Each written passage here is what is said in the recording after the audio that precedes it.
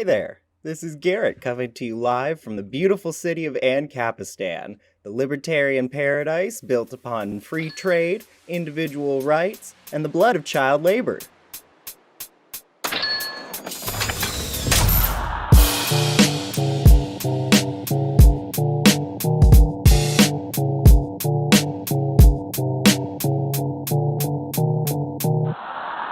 Talking with libertarians is always something that's kind of fascinated me, mostly because it's an ideology that's described as one of ultimate personal freedom. According to the Libertarian Party's own platform, they argue that any individual should have the right to make choices free of threat or force. And while political positions can vary, most libertarians you meet are anti-death penalty, support the decriminalization of both drugs and sex work, and are staunchly opposed to our current military involvement in the Middle East. And so I'm thinking, great, because I also want all of those things, which you'd think puts us miles closer to agreeing with each other than it would with, say, the average conservative when it comes to these issues. But there's a key word missing from that explanation. I think a better way to describe the libertarian principles are the right to make choices free of state threat or force. It's a distinction that matters because it's the distinction every libertarian necessarily makes when they start discussing their policy prescriptions. So, what changes do libertarians advocate for? Should someone have to have a government-issued license to drive a car? Hell no! What's next? Requiring a license to make toast in your own damn toaster? The license to drive? You know, I'd like to see some competency exhibited by people before they drive. How do we deal with healthcare? Like we do now. Only government would not be able to mandate coverage, so prices would drop. With fewer regulations, medical costs would become reasonable. I don't think it's okay to own slaves. Why would I think it's okay to own slaves? Do you think the Civil Rights Act, do you have a problem with the Civil Rights Act? The one that says that you have to serve people at your private establishment, regardless of race? A private business, you mean? Yeah, a private business, like a restaurant. Yes, I disagree with that part of it. Of course. Of course you do. State level, I would support some legislation that would stop children from being allowed to purchase drugs and prosecute anyone who would put a child in danger, because I do believe that children do need some protection. Yes, you should not be able to sell heroin to a 5-year-old.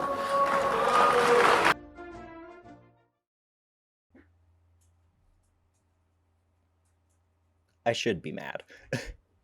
Most people kind of agree that libertarianism is a joke ideology.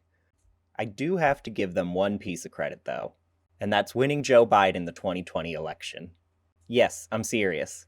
Check out all the charts. Carol! Okay, more specifically, let's look at Georgia, Arizona, and Wisconsin. 3 different battleground states with 2 things in common. Horrifyingly close vote totals, and Joe Jorgensen.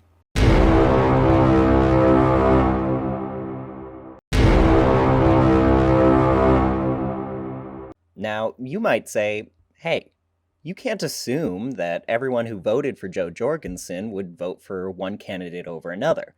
And you're right. They're libertarians because they don't fully support Democrats or Republicans. But they did support them more this year.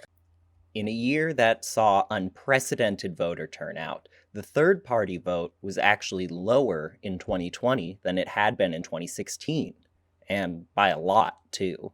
10 or 12,000 votes may seem like a large number when you're talking about totals, but if you're looking at presidential elections, these are crazy small margins. We're talking halves of percents here.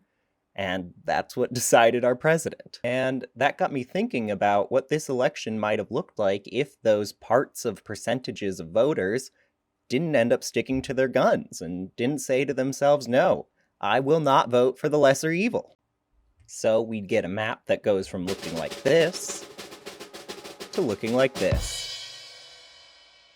Now, I don't know what happens here, but you tell me who wants to return to our November 2020 life after weeks of vote tallying where these two come out dead tied. This outcome is what political analysts have affectionately referred to as the nightmare scenario.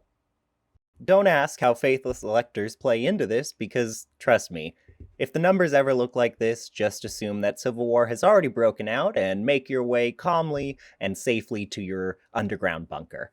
Now, if you'll excuse me, I've got a new bean can-based religion to start.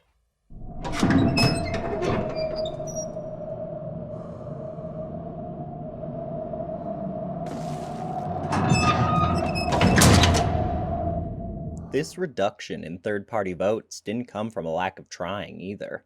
Here's Jo Jorgensen discussing why she believed that people from both ends of the political aisle should vote for her.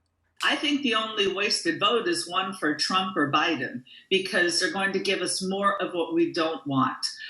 If you want higher taxes, if you want more bungling in government, if you want to keep the troops all over the world, if you want more pollution, if you want more expensive healthcare, then by all means vote for Trump and Biden. I would say if you want something different, vote for something different, which would be the Libertarian Party. Looking at the numbers, and all the posts from angry Republicans, I start thinking about what the future of the left as a voting bloc might look like, and I can't help but wonder how many votes will decide the next election that's just too important to risk. Too important to risk. Too important to risk.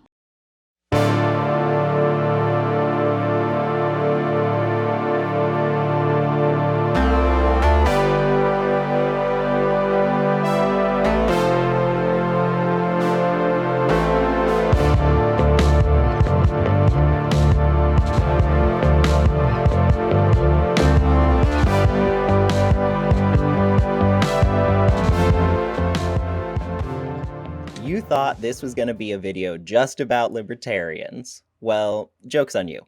Most of their ideas are so bad that they literally can't be argued. Just ask them how they think roads should work. Instead, I want to talk about anti-electoralism, because I think a lot of the arguments that third-party voters make for why they vote the way they do line up really well with the arguments certain leftists make about why they think voting isn't necessary or even important. Now, it's not everyone, but you comrades know who you are.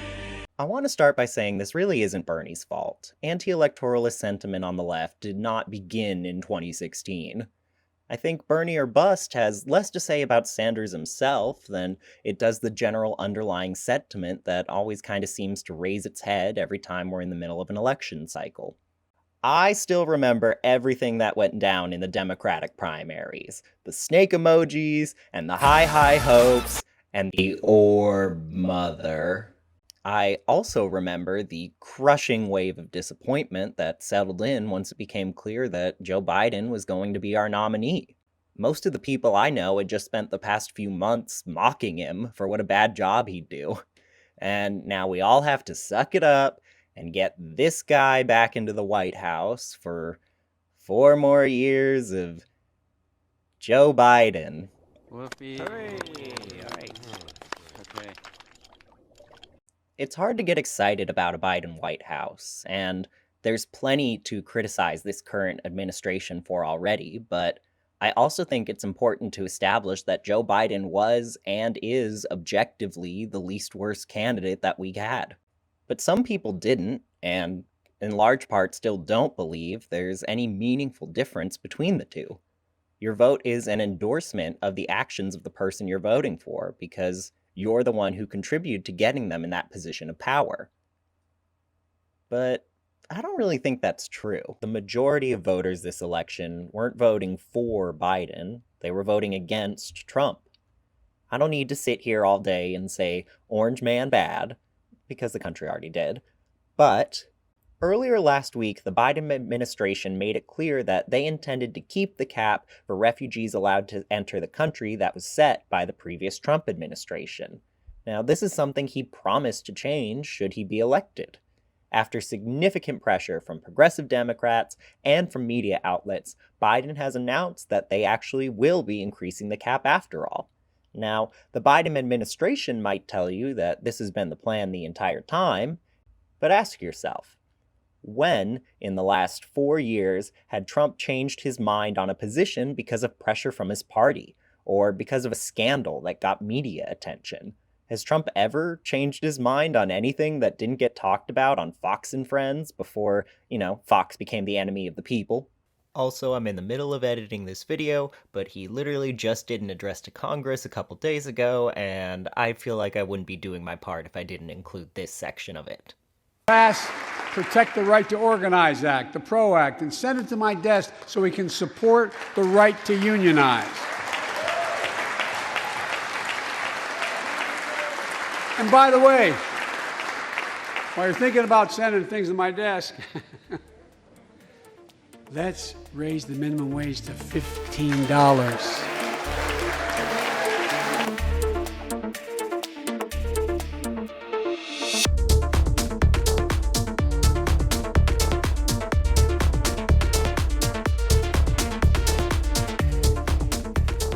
Hey everybody! If you've got some thoughts on this, let me know in the comments, and if you like this video and want to see more, go ahead, like and subscribe. You can also check me out on Twitter @GarrettBarrett, and thanks for watching. I'll see you all next time.